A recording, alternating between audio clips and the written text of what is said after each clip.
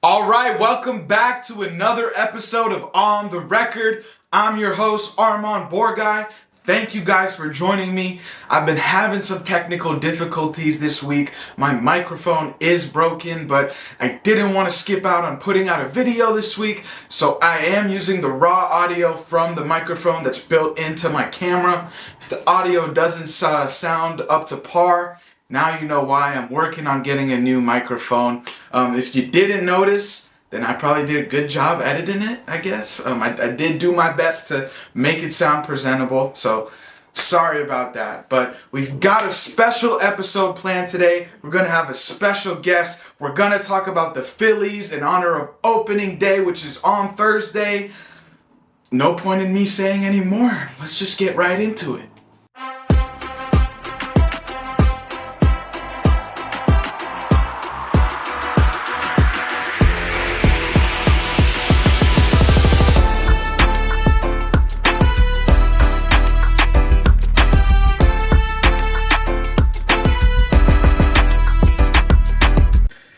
We're back today with a Philly special episode in honor of opening day, which is on Thursday. We've got the Texas Rangers. We found out earlier today that Christopher Sanchez has gotten the nod. He will be pitching on opening day. I'm here with my friend Charlie. Charlie's a Philly super fan, partial season ticket holder. We're going to talk about some of the offseason stuff and look ahead to the season. How you doing today, bro? I'm doing good, man. It's good to be here. Yeah. All right, let's get right into it. So, I want to start with Ranger Suarez. You know, obviously, probably our biggest loss in this offseason. It feels like it's a huge blow. You know, he went from a fringe prospect for us to being one of our best pitchers. Who on this roster do you realistically think can fill that void? Yeah, don't get me wrong. Losing Ranger is a huge loss. Ranger's one of the longest tenured Phillies. He's been here since 2017, 2018. He was here when we were losing 100 games. We sucked. We were last place in the division every year. And there's some great memories. He was super clutch. He made the last out in the NLCS against the Padres to lead us to the World Series. One of the lowest ERAs in postseason history. But honestly, the writing on the wall for Suarez leaving the organization was last year when we made the trade for Luzardo. Luzardo, he's a couple years younger, has a lot less innings on his arm, and last year he was really, really good. He had 2 blow-up starts in May and June where he gave up 20 runs and not even 6 innings, where, for lack of a better word, Ron Thompson just left him out there to eat innings. He had given up on the game, and he was just leaving Luzardo out there so he didn't have to waste the bullpen. But besides that, in his other 30 starts, Luzardo had an ERA just north of 3. He was great. He had great life on his fastball. His slider was great. He was awesome in the playoffs against the Dodgers, against a great lineup. He really mowed him down. Even in relief, he came in that critical Game 4 and was awesome. So I think extending Luzardo was one of the biggest moves of the offseason, and I have a lot of faith in him being our number 2 starter and a critical part of the rotation in years to come. Yeah, man, I totally agree. Luzardo's been great for us so far. He got that big extension. He's going to have to be that guy who's going to step up for us and, fill that void. So, yeah, hopefully that works out and, we can mitigate the loss of Ranger. Some other big signings the Phillies made this offseason were JT Realmuto. They signed him to a 3-year, $45 million deal. We also re-signed Kyle Schwarber. Do you think they overpaid to keep the band together, or, do you think this was necessary? Yeah, I mean, my answer here is sort of yes and no. Do I think they overpaid Realmuto? Absolutely. 3 years, $45 million for a 35-year-old catcher. It's not great, but the truth of the matter was that the free agency market for catchers this year was not good. The options we have to back him up in the minor leagues, you can't have Marchand be your everyday catcher. You can't have Garrett Stubbs be your everyday catcher. And even though Realmuto's bat is declining, he's still really important with helping what's one of the best rotations in the majors. You guys, Wheeler loves him, Luzardo loves him, and I think he's going to be really important for rookie Andrew Painter in helping him have a successful rookie year. In terms of Schwarber, I mean, he was one of the best free agents on the market. He was runner-up in MVP last year as a DH, which is crazy.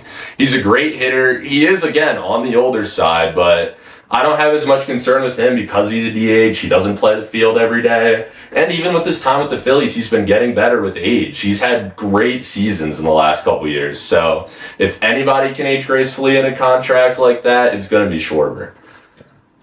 You mentioned Andrew Painter. I want to talk about him. He's been pitching pretty well this spring. Do you think he's ready to be a legitimate, rotation piece? What are your expectations for him this season? Yeah, Painter, he's had a good spring. He's only given up 3 runs in about 12 innings or so. I know what some people will say is that when he was a super highly touted prospect a couple years ago before his elbow surgery, his fastball was consistently sitting in the triple digits. He just had better stuff, for lack of a better word, but he's been pitching good this spring. Even though his fastball is only sitting 96, 97, his sweepers looked really good. He's incorporated a changeup into his arsenal, which he didn't really use much anymore, which has been good.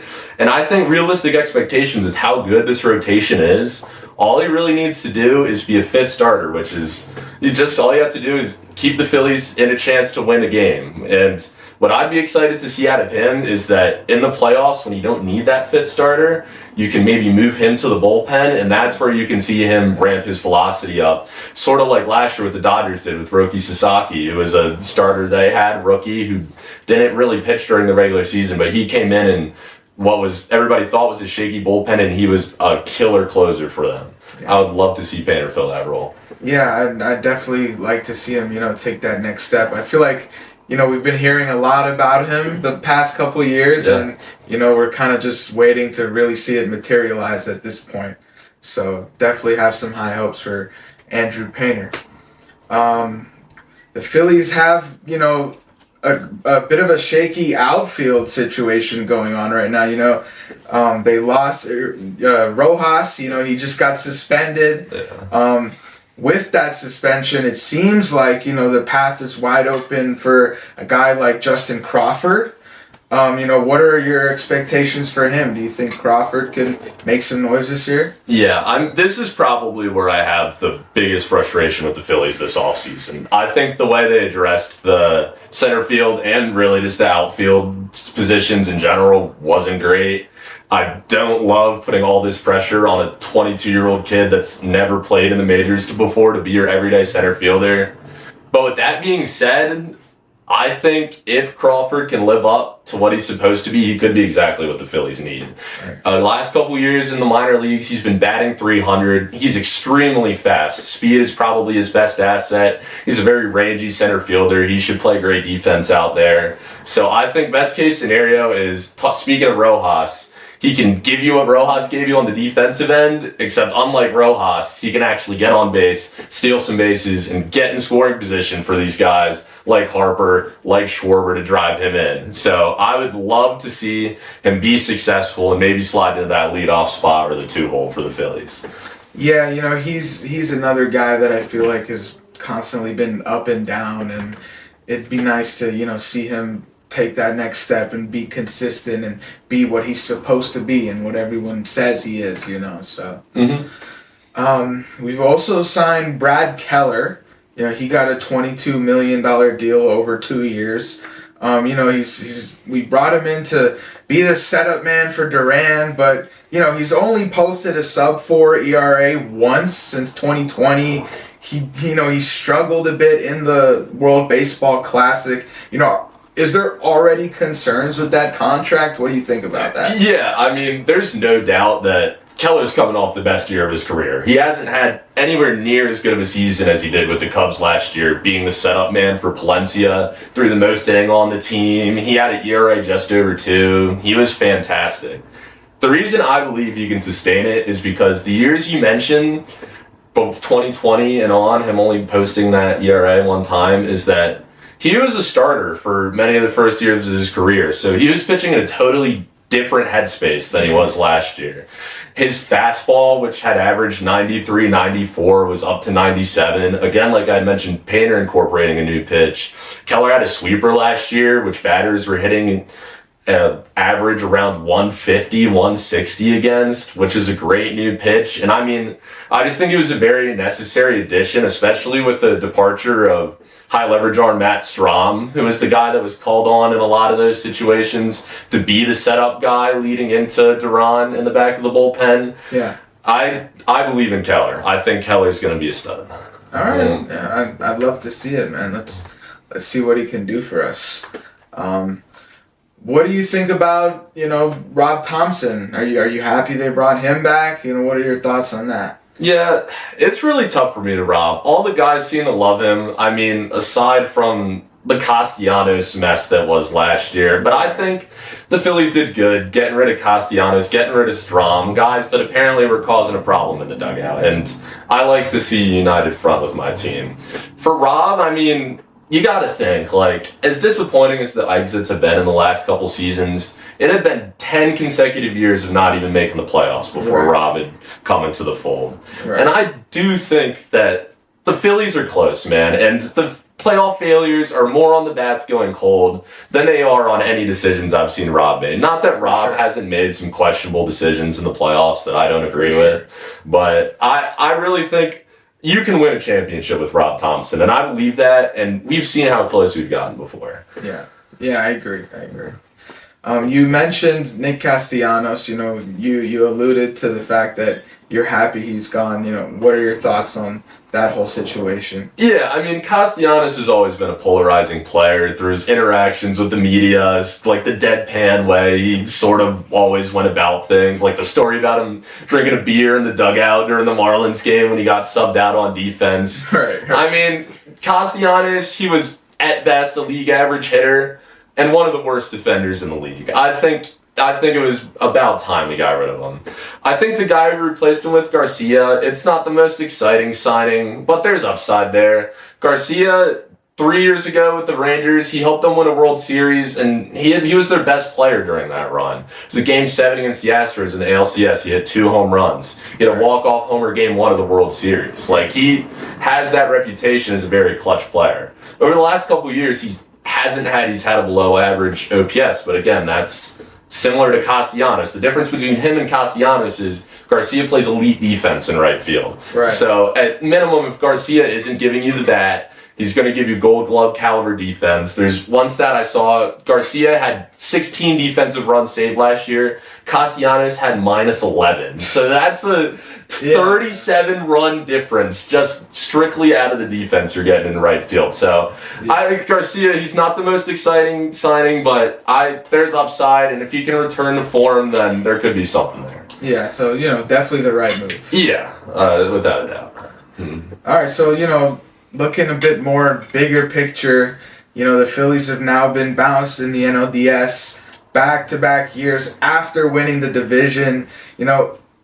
What is this, a roster problem? Is it a coaching problem? Is this just bad luck? Is it a mix of all three? What do you think? Yeah, it's really hard to say. Like I mentioned earlier, I do think the main culprit is the bats going cold. Look, pitching's really been amazing the last couple of years for the Phillies. Mm-hmm. 2 years ago against the Mets, the bullpen was a huge problem. The last year against the Dodgers, it was really the bats that let us down.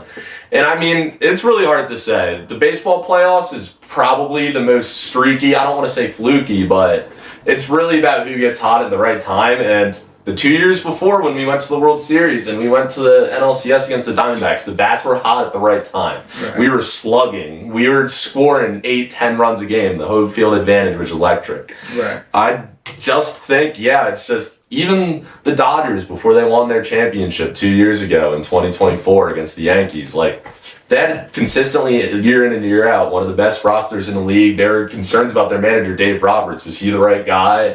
Right. And now they're 2-time defending champions and they seem unstoppable. So it's really just depends. The Phillies, I believe, they have a team to win the World Series. Their roster is capable of winning a World Series. It's just, do the pieces fall together at the right time? Yeah. So, I mean, you just said you think they're capable of winning the World Series.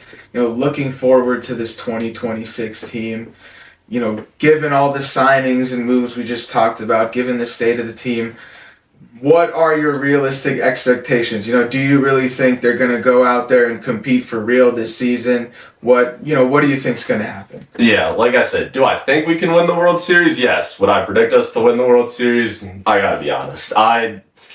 Nothing has inspired me to believe things are going to be any different than years past. I see marginal changes, like sure, maybe a young guy like Crawford or Painter steps up and really steals the show.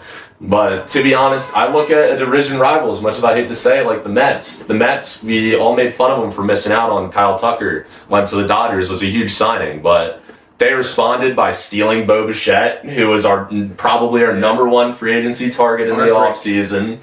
And then they traded for pitcher Freddie Peralta from the Brewers, who is a top-of-the-end rotation guy that they've been missing over the last couple of years. And even McLean, he didn't have the best World Baseball Classic, but you can see he has nasty stuff, and he figures to be, again, a very solid number 2, number 3 guy in the rotation. So if I have to be completely honest, I'm not sure if I see us repeating as division champions this year. I see us making the playoffs, but unfortunately, if you gun to my head, I would guess another NLDS exit for the Phils, as sad as it is to say. Yeah, unfortunately for the Phils, it seems like the championship window is closing rather than expanding. So it kind of feels like it's now or never. And at the same time, it feels like, we have kind of one of the weaker teams we've had in the past few years. So it's hard to be really optimistic about that. But yeah, that's all we have for today. So we'll have to see what happens Thursday on opening night. Hopefully the Phillies can get off to a good start to the season. I'm excited. We'll be watching.